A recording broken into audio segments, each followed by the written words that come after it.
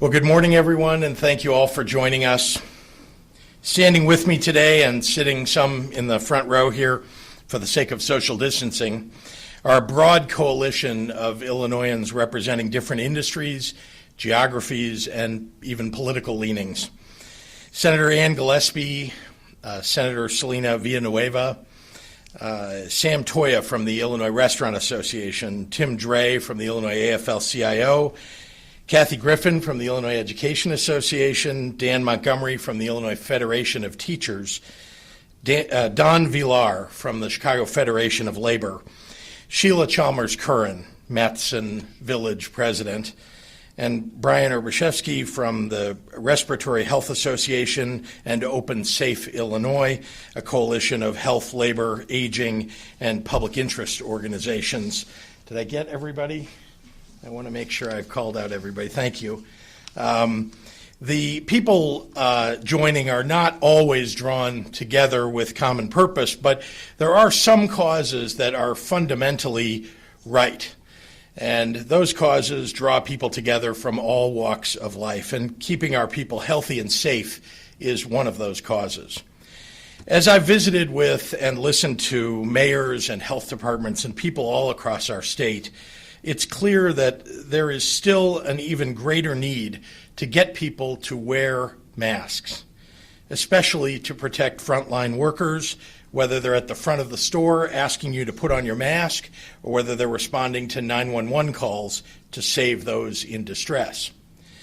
As you know, not only have I traveled the state encouraging people to wear face masks, but we've launched a public awareness campaign designed to change the behavior of those who haven't yet started wearing face coverings.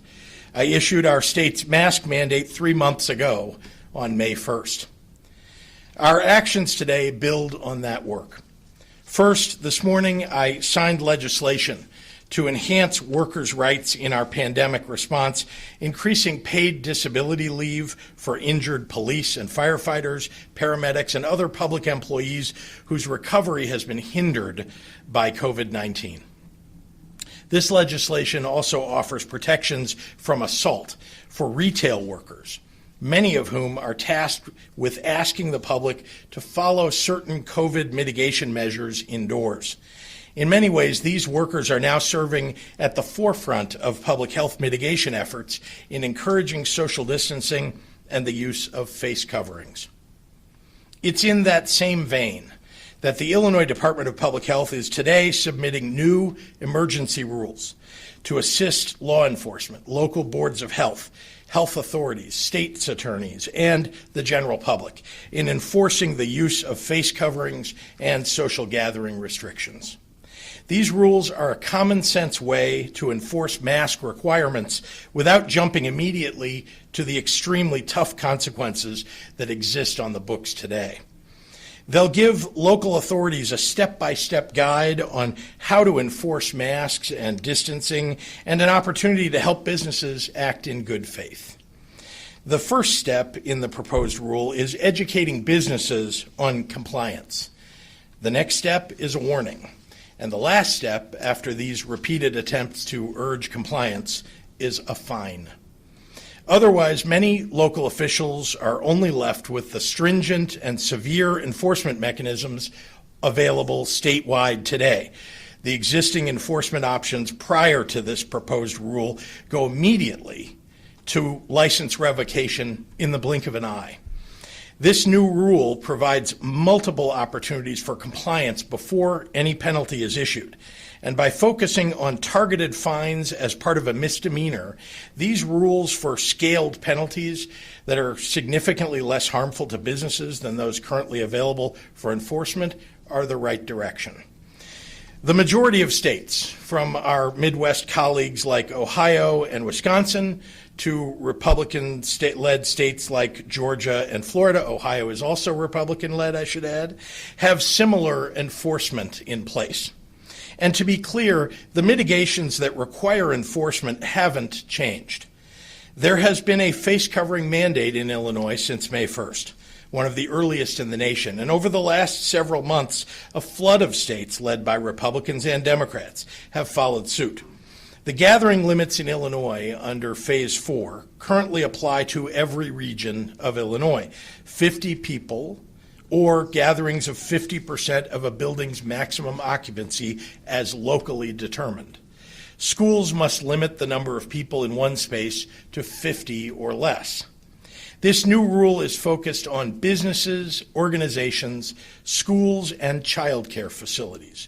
Individuals are not subject to any penalty under this rule, but are nevertheless required to wear masks in public. Let me repeat that. This rule does not deliver penalties to any individual private citizen because of noncompliance.